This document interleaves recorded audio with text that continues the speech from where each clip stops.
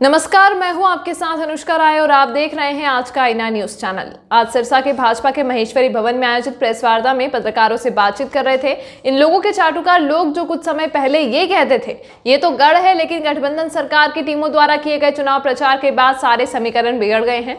यहाँ की जागरूक जनता ने इनके गढ़ को व्यक्ति विशेष के बजाय जनता का गढ़ बनाने का मन बना लिया है। बराला ने कहा कि वे चुनाव की शुरुआत में धरातल से चले थे, लेकिन पार्टी के नेताओं के धुआंधार प्रचार और टीम वर्क ने इस उपचुनाव को धरातल से आसमान तक पहुंचाने का काम किया है। लोगों पर जबरन ये चुनाव थोपने वाले लोगों ने कहा था कि वो जब तक तीनों कृषि कानून रद्द नहीं होते तब तक ना तो विधानसभा जाएंगे और ना ही वोट मांगेंगे, लेकिन वही लोग सुबह से लेकर देर रात्रि तक लोगों की दहलीज पर नाक रगड़ रहे हैं।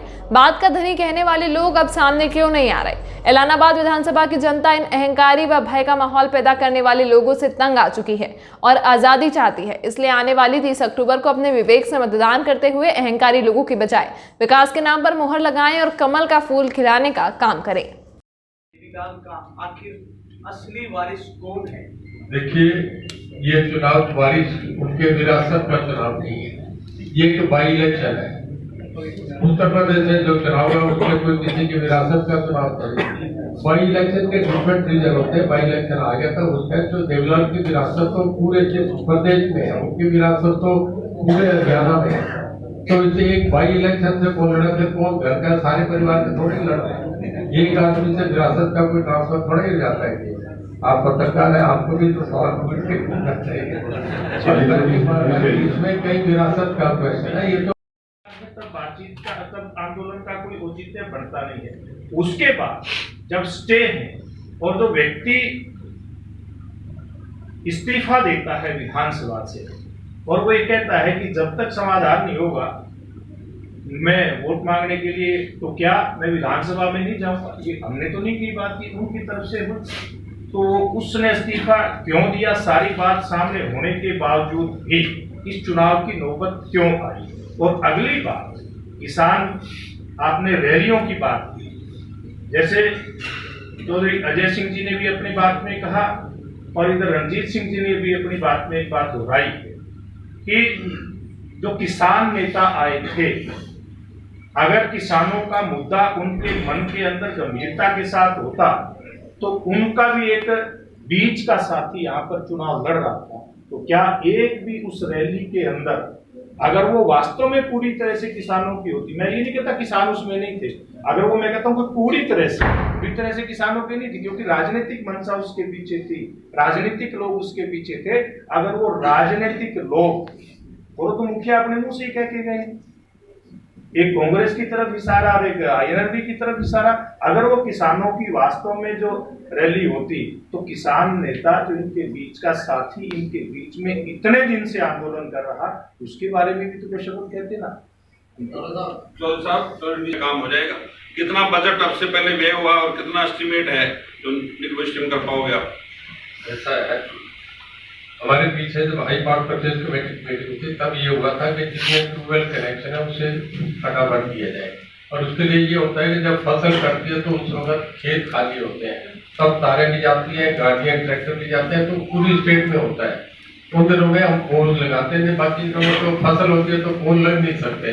तो ये 2 बार हमें साल में मौका मिलता है। एक बार जब धान की कटाई हो जाती है, दूसरी बार जब वो कटती तब जाती है। तो इसमें कोई ये नहीं देखा जाता किस वक्त दिया जाता है।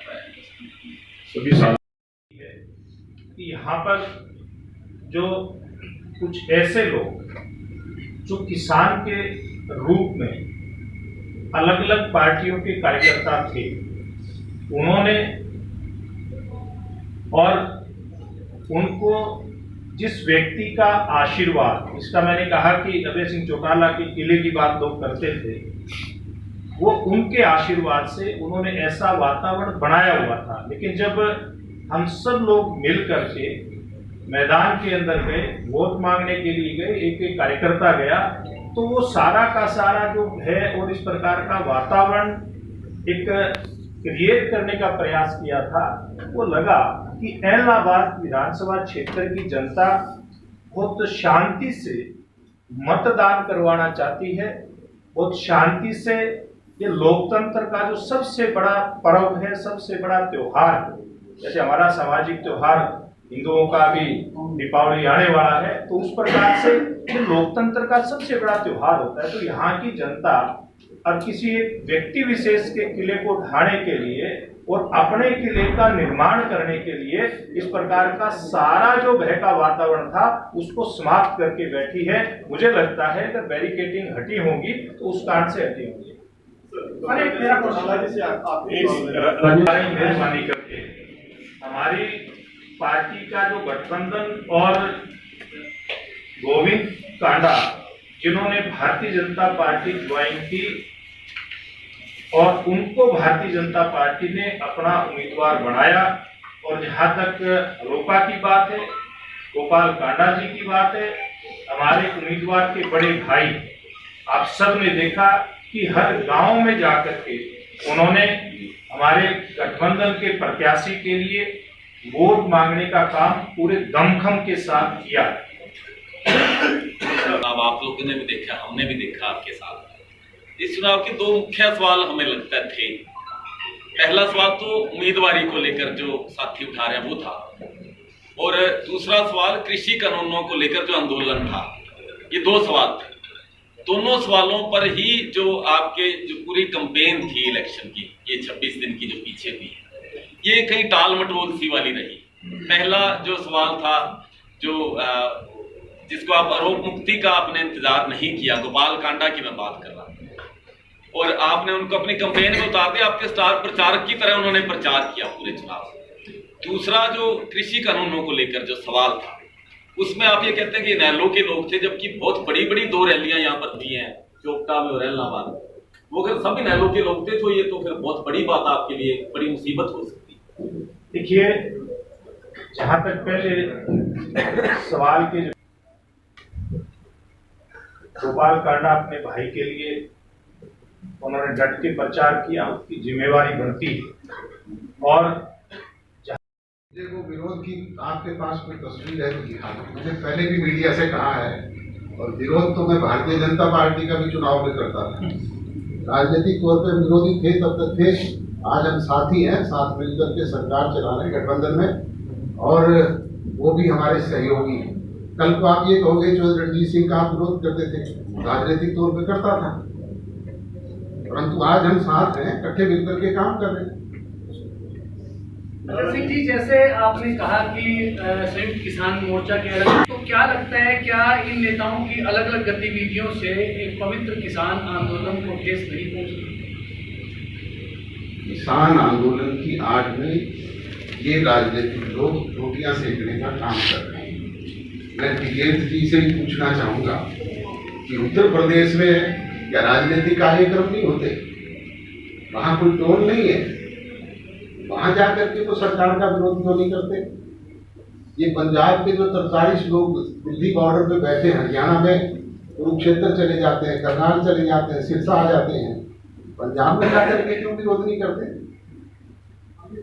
इन्होंने तो एक तरीका बना लिया।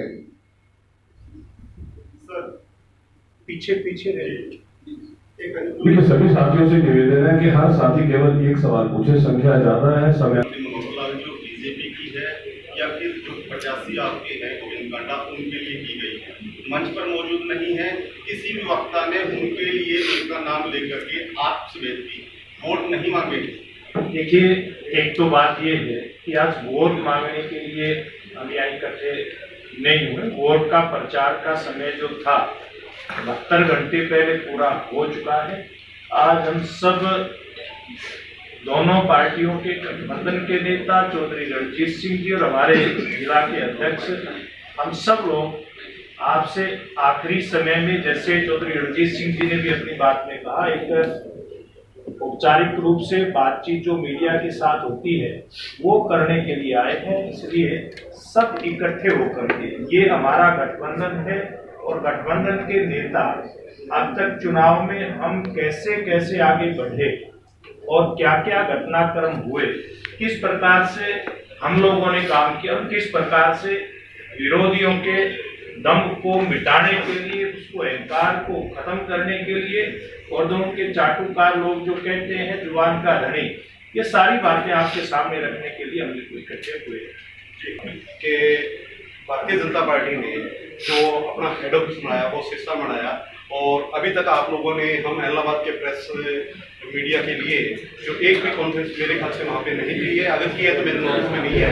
तो ऐसा भेदभाव इलाहाबाद के साथ नहीं है। देखिए, कहीं कोई बैठिए आप, ये कहीं कोई भेदभाव की बात नहीं है। इलाहाबाद से ये आपका ही जिला केंद्र है, हम सब लोग आपके जिला केंद्र से आप सब लोगों की सुविधा अनुसार, क्योंकि ये जो विधानसभा क्षेत्र पड़ता है ये उधर भट्टू से लग जाता है, फतेहाबाद विधानसभा और फतेहाबाद जिले के भट्टू केंद्र से, और इधर रानिया जाकर के राजस्थान का पूरा बॉर्डर टच करता है। ये आप सब लोगों की सुविधा के लिए केवल हमने यहाँ पर प्रेस कॉन्फ्रेंस रखी, और बाकी हमारा कार्यालय वहाँ पर दोनों पार्टियों के नेता कार्यकर्ता बैठते हैं। आप सब लोग जानते हैं कि ये कार्यालय हमने पार्टी का कार्यालय, क्योंकि हमारा जो पुराना जिला कार्यालय वो छोटा था, पार्टी की गतिविधियां करने के लिए यहाँ हमने इसको स्थापित किया। और मुख्य चुनाव कार्यालय आप भी जानते हैं, आप इलाहाबाद से हैं, वहाँ इलाहाबाद के अंदर हमारा चला हुआ था, और बहुत अच्छे प्रकार से बीजेपी से साथियों की तरफ से आपको दिवाली की अग्रिम बधाई। मैं समझता हूँ कि हर उपचुनाव में या जो भी चुनाव उससे लास्ट दिन एक मीडिया सभी लोगों से संपर्क करके लोगों के बीच एक साधने का काम करता है। लोग लेटेस्ट अपडेट सुनना चाहते हैं। मीडिया भी अपना घूम के सब जगह देख के आया है, हम भी अपना प्रचार करके सब जगह, आपका हमारा बराबर निरंतर संपर्क में तो रहते हैं। यहाँ बहुत बाई इलेक्शन हुए, रूढ़ी बाई इलेक्शन हुआ, अब ये बाई इलेक्शन है। सरसा के लोग बड़े जागरूक हैं, हर आदमी को सुनते हैं। या कभी भी किसी, मैं भी गांव में गया हूँ, कहीं शिरके की बात नहीं, कहीं गांव में घुसने नहीं देंगे, जाने नहीं देंगे, इस शिरके की बात कहीं भी देखने को नहीं मिली। मीडिया में जाता रहा, लोगों में प्रचार करते हैं, सुनते हैं, बहुत स्वभाव में सीधे लोग हैं, पर पॉलिटिकली हर आदमी अपना सोच के वोट डालता है। हमारा काम है प्रचार करना, हर पार्टी को उसके चेहरे का वोट मिलता है। भारतीय जनता पार्टी एक राष्ट्रीय इतना बड़ा विकल्प बन के आई है। कल मैं प्रशांत किशोर का एक इंटरव्यू पढ़ रहा था कि कोई भी राष्ट्रीय पार्टी जब बनती है तो 30-40 साल का उसे एक लंबा स्पैन मिलता है। इटली और जर्मनी ने जब कोलिशन पीरियड आया तो 30 साल तक सरकारें, मतलब 32 साल के जमाने में जर्मनी में 48 सरकारें बनी और टूटी। एक कोलिशन पीरियड यूपीए एनडीए का चला था। अब 1984 के बाद पिछले 30 सालों में, अब 1984 के बाद 16 और 14 30 साल के बाद लोगों ने नरेंद्र भाई मोदी को राष्ट्रीय नेता में स्वीकार करके गठबंधन की बंद करके एक पार्टी को सिंगल बहुमत किया, और उसके बाद दोबारा रिपीट करा। कैंडिडेट कोई भी बने, पार्टी देखिए, भारतीय जनता पार्टी का अपना कद इतना बड़ा है, और मैं उसके मुकाबले में अगर कांग्रेस को समझूं तो कांग्रेस तो सीमेंट की पार्टी हुई है, इसका तो लास्ट पड़ाव है। आपने यह भी देखा होगा कि मैं समझता हूँ कि कांग्रेस तो बहुत नीचे जा गई, पूरा वोट 1.5 लाख मोटा अंदाजा के पोल होगा। अगर उसमें 25,000 से कम वोट आते हैं तो 1/6 से अगर कम वोट आता है तो उसकी सिक्योरिटी डिपॉजिट होगी। कांग्रेस तो उस नंबर पे चलेगी। फाइट है बीजेपी जेजेपी के कंबाइंड कैंडिडेट में और आईएनएलडी में। इशू जो था वो इशू पे तो चुनाव हो ही नहीं रहा। इशू तो ये था कि विधानसभा से जब इस्तीफा दिया कि मैं तब तक विधानसभा में नहीं आऊंगा जब तक ये कानून वापस नहीं होगा। तो मैं समझा उससे कोई इशू हो रहा है तो कोई बात नहीं थी। कोई किसान की बात करे तो मैं इस बात से भी एग्री नहीं करता। देखिए, पूरी दुनिया में, मैं पॉलिटिकल साइंस का स्टूडेंट रहा हूँ, आज तक अगर कृषि के मामले में किसी ने बीज ईजाद कराया, किसी ने खाद ईजाद करी, कोई नई टेक्निक लेके आया, तो सबसे बढ़िया तो वैज्ञानिक थे, जो इंडियन साइंटिस्ट, सब सबसे बड़ा तो साइंटिस्ट नहीं था, और डॉक्टर बोरलाग थे जो इंटरनेशनली सबसे बड़े साइंटिस्ट हैं। अगर आज कोई सीड बढ़िया है, कोई ट्यूबवेल्स की नई ईजाद आई है, कोई खादें बढ़िया है, तो उनका है। कोई यूँ कह दे किसान नेता पकड़े तो सबको बात देते हैं गाँव में जाके, इस बात से कोई किसान नेता की छवि नहीं खराब करनी चाहिए। ये तो लोगों का है।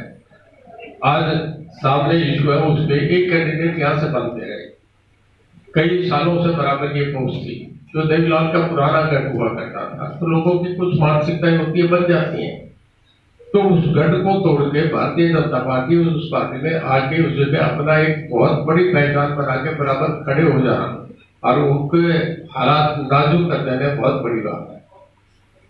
मैं सारे इलाके में घुमा हूँ, कल भी मैं कुछ गाँव था, प्रचार तो नहीं कर सकते पर गए हैं, लोगों से मिले, लोगों का बहुत मन बना हुआ है और निश्चित तौर पे यहाँ से भारतीय जनता पार्टी चुनाव जीत के निकलेगी। अब बाजार में कई है, मीडिया कुछ कहता है, सरकार कुछ कहना लग जाता है, ये तो एक बाजार की बात है जो हमेशा सुनते हैं। कई बार देखते हैं प्रेडिक्शन सारे चैनल, सब चैनल वाले सामने बैठे हैं, कई बात को अदरवाइज नहीं लेंगे, कई बार सारे चैनल का भी अलग अंदाजे गलत चले जाते हैं। हम लोगों के मन की बातें देखिए, जाके सुनना है, बहुत तेजी से अंदर से इतना बड़ी मार मिलेगी तो कभी को सोच नहीं सकते। भारतीय जनता पार्टी इस चुनाव में निश्चित रूप से जीतेगी, अच्छा मार्जिन लेके जीतेगी और हम चाह रहे हैं कि ये चुनाव जीतने के बाद हमारा जो क्योंकि हम इंडिपेंडेंट एक 5 MLA इनके साथ हैं, गठबंधन बीजेपी और केजरीवाल का है, हमारा पहले से भी ज्यादा मजबूत होके हम फिर यहाँ से चलेंगे।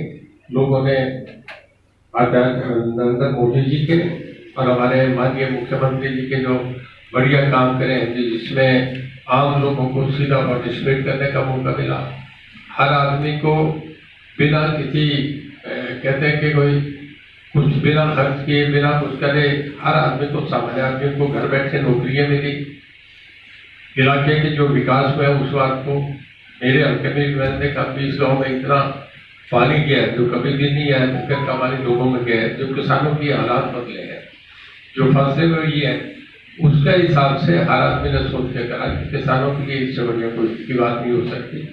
लोगों ने सोच समझ के वोट दिया। आप भी इलाहाबाद मंडी में घूम के देख के आए हैं, शहर जो होता है वो एक ओपिनियन मेकर होता है पूरे इलाके का। इलाहाबाद से भी आपको खासा फीडबैक मिला होगा। तो मेरा भी ये मानना, हमारे वोटरों से भी यही अपील है कि बिल्कुल अपना निश्चित मजबूत होकर अपना वोट डालें और चुनाव में बहुत मजबूती से बीजेपी निकल के जीत के चुनाव में आएगी।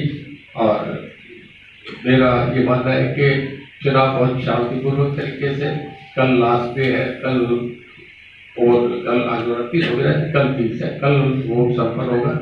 शाम को 4 बजे वक्त से बंद हो जाएंगे, तो वो फिर आपके सामने बैठेंगे, जब रिजल्ट आएंगे फिर जो परिणाम है सामने आ जाएंगे। आपका सब मीडिया के लोगों का जो सब है, आपका बहुत धन्यवाद। चुनाव अब अपने अंतिम चरण में है और सुभाष बराला जी ने पूरी विस्तार से इस पे आपको रोशनी डालने का काम किया है। निरंतर आप लोग भी इस चुनाव की एक एक बारीकी से पूरी तौर पे जुड़े रहे। मीडिया के साथियों ने सारा घटनाक्रम, चाहे वो प्रिंट मीडिया हो, चाहे वो सोशल मीडिया हो, चाहे वो टीवी मीडिया हो, उसके जरिए उसे दिखाने का काम भी किया है। चुनाव जब शुरू हुआ था तो तरह तरह की शंकाएं थी और इंडियन नेशनल लोकदल के प्रत्याशी तो यहाँ तक भी कहते थे ये लोग गांव में तो जाकर के दिखाएं, ये लोग गांव में नहीं घुसने देंगे, और तरह तरह की नुक्ताचीनी करने का काम करते थे। परंतु आपने देखा, मैं पूरे इलाहाबाद विधानसभा क्षेत्र के गांव गांव में गया, मुझे तो कहीं कोई किसान विरोध तो नजर नहीं आया। 2-4 जगह उन्हीं के पेड़ लोगों ने, जो बाकायदा मीडिया के समक्ष दंगे भी हो चुके, उनकी गाड़ियों पे भी झंडे लगे हुए थे, उनके हाथ में बैंड भी पहने हुए थे, ऐसे लोगों ने जरूर कहीं काले झंडे लेकर के खूब हल्लड़ करने का प्रयास किया और स्थानीय जनता ने उन लोगों को भी नकारने का काम किया। उन्होंने कई जगह कहा भी हमारे गांव का माहौल खराब करने का प्रयत्न मत करो। किसान तो अपने खेती के काम में लगा हुआ था और निरंतर चुनाव प्रचार की बारीकियों से लगातार जुड़ा हुआ था। आपने देखा कि जिस तरीके से भारतीय जनता पार्टी, जननायक जनता पार्टी और सभी साथियों ने मिलकर के इस चुनाव प्रचार में गठजोड़ के प्रत्याशी के लिए काम किया, उसका परिणाम 2 तारीख को आपको देखने को मिलेगा। और निश्चित तौर पे गठजोड़ के प्रत्याशी अजीज गोविंद कांडा यहाँ से भारी बहुमत से जीत करके जाएगा। और उन लोगों का घमंड कितना दूर होगा जो घमंड में आकर के, तैश में आकर के बड़ी बड़ी बातें करते थे। इस्तीफा देने से पहले तो ये कहते थे कि जब तक कृषि काले कानून वापिस नहीं हो जाएंगे, जब तक आपकी समस्याओं से निजात नहीं मिल जाएगा, तब तक मैं विधानसभा की दहलीज नहीं देती। उन्हें थोड़े दिनों में दहलीज फिर दिखाई देने लगी और घमंड में आकर के ये कहते थे कि मैं तो मतदाताओं के पास वोट मांगने के लिए नहीं जाऊंगा इलाहाबाद में। उन्होंने सुबह 6 बजे से लेकर रात को 1-1 बजे तक लोगों के दरवाजे पे नाक रगड़ने का काम किया। तो लोगों ने एक निर्णय कर लिया कि इस घमंड को चकनाचूर करके सरकार की विकास की नीति से जुड़ने का काम करें और निकट भविष्य के 3 साल के सरकार के कार्यकाल में इलाहाबाद विधानसभा क्षेत्र जो लगातार पिछले लंबे समय से पिछड़ा रहा है, उसे विकास की गति मिले और इसी का परिणाम 2 तारीख को रिजल्ट के रूप में आपको देखने को मिले। आप लोगों से हाजिर हुआ हूँ कि आप लोग कल का जो शेष समय है उसमें यहाँ के जागरूक मतदाताओं को और प्रेरित करने का काम करें कि वो निर्भीक होकर के मतदान करें। सरकार ने उनके लिए पुख्ता बंदोबस्त किए हैं, इसी तरीके से डरने घबराने की जरूरत नहीं। किसान नेता जो किसान के हितैषी बनने का स्वांग रचते थे, चाहे वो चटुनी जी आए, उन्होंने कांग्रेस की तरफ इशारा करने का काम किया और टिकैत आए, उन्होंने इनेलो की तरफ खुल्लम खुल्ला इशारा करने का काम। और आज यहाँ के स्थानीय जो किसान नेता है वो कह रहे हैं इनसे हमारा कोई सरोकार नहीं। सरोकार नहीं है तो आप लोग क्यों ये आयोजन करवाने का काम कर रहे हैं?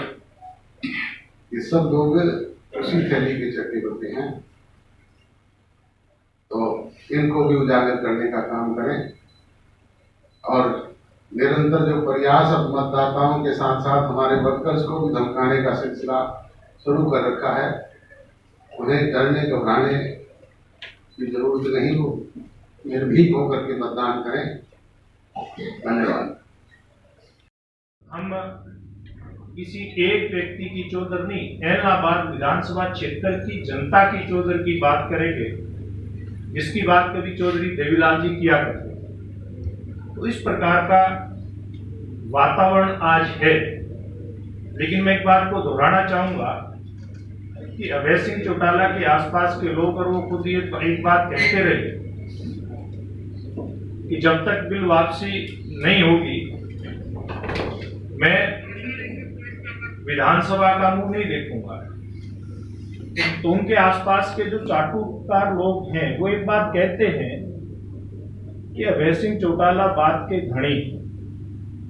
और देखते हैं कि बात के धनी ने जो बात कही थी उसको इलाहाबाद की जनता किस प्रकार से उसको सिद्ध करती है। मुझे लगता है कि इलाहाबाद क्षेत्र की जनता ने यह मन बनाया है कि वो इस बार हमारे गठबंधन के प्रत्याशी जो जिसमें कहीं भी एक व्यक्ति के मन के अंदर अहंकार दिखाई देता है, वो अहंकार हमारे साझे गठबंधन के प्रत्याशी में कहीं नहीं दिखता। एक समाज सेवी व्यक्ति, सबको साथ लेकर के चलने वाला व्यक्ति गठबंधन ने मैदान के अंदर उतारा और आज ये बात पूरी तरह से सत्य स्थापित होती दिखाई दे रही है कि हमारा गठबंधन का प्रत्याशी ऐलनाबाद विधानसभा की जो जनता है उसने उसको स्वीकार किया है और जब परिणाम आएगा तो यहाँ की जनता का गढ़ ऐलनाबाद विधानसभा क्षेत्र और हरियाणा के सामने दिखाई देगा। मैंने इतनी बात मेरी तरफ से कहनी थी क्योंकि पूर्व में सारी बातें हो चुकी हैं। हमारा काफी नीचे है, धरातल पे है, तो हम लोग धरातल से चले थे और जो व्यक्ति जिसको ये लगा कि जननायक चौधरी देवीलाल जी की विदाई है, उसमें वो लगातार पिछड़ते जा रहे हैं। क्योंकि हम सब लोग जानते हैं कि जब से जननायक जनता पार्टी का गठन हुआ और उसके बाद जो चुनाव आया उसमें 10:1 का अनुपात हम सबके सामने है। आंदोलन के कारण से वो कहते हैं कि उंगली कटा करके शहीद होने का मौका है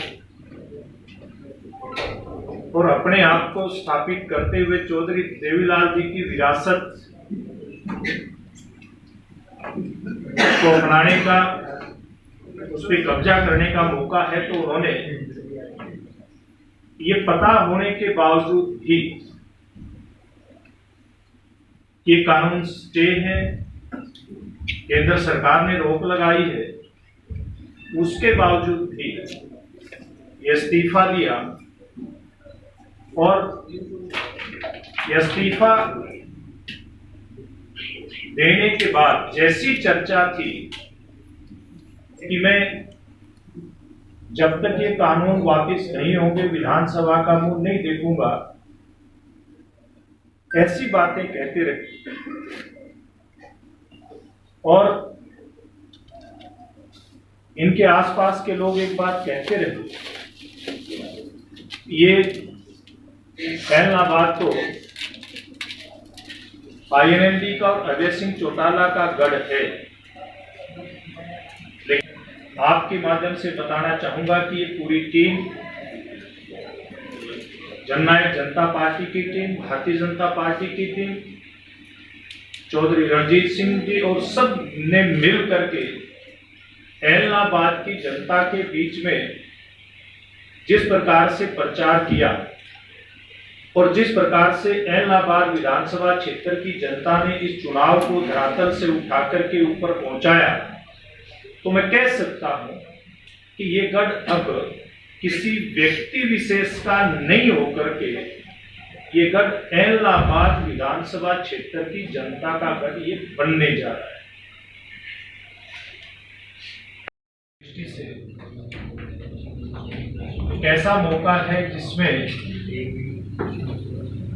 हमारे बीच में जननायक जनता पार्टी के सुप्रीमो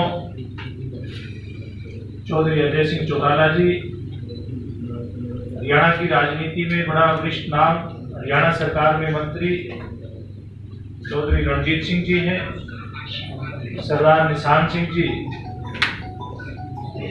जननायक जनता पार्टी के प्रदेश अध्यक्ष, आदरणीय राजेंद्र लितानी जी और हमारे जिला के बड़े जुझारू अध्यक्ष आदित्य चौटाला जी, हम सब लोग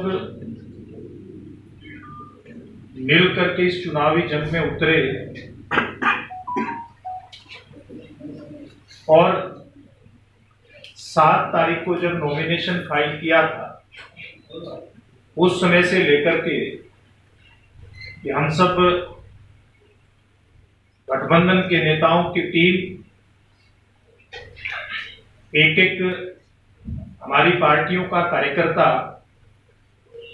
हमारे गठबंधन के प्रत्याशी भाई गोविंद कांडा जी के साथ लगकर के